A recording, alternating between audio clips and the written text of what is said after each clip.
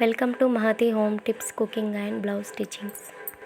ఇంట్లో చేపలు ఇలా అయితే రీయూజ్ అయ్యే విధంగా నేను చెప్పినట్టు చేస్తే చేప మళ్ళీ రీయూజ్ అవుతుంది. చిన్నపిల్లలు ఉంటే ఆ చేపలోని ఆ పోగులు తట్టి కింద పడతారు. చాలా కారణాలు ఉంటాయి.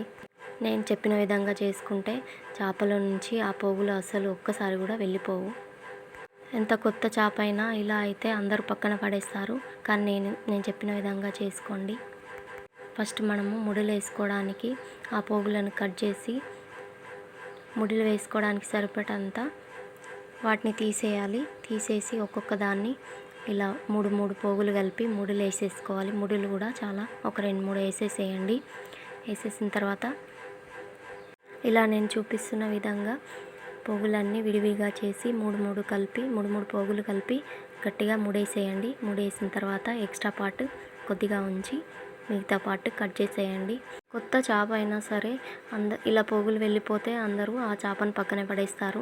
కానీ ఇలా చేసుకుంటే మనకు చాలా రోజులు రీయూజ్ అవుతుంది. ఇలా నేను వీడియోలో చూపించిన విధంగా ఒక సైడు ముడులు వేసేసాను.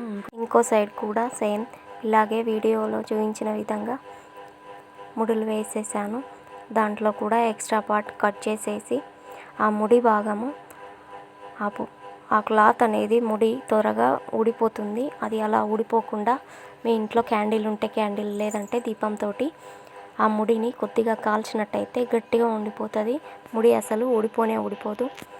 ఇలా ట్రై చేశారంటే ఖచ్చితంగా మీ చేప ఎక్కువ రోజులు ఉంటుంది.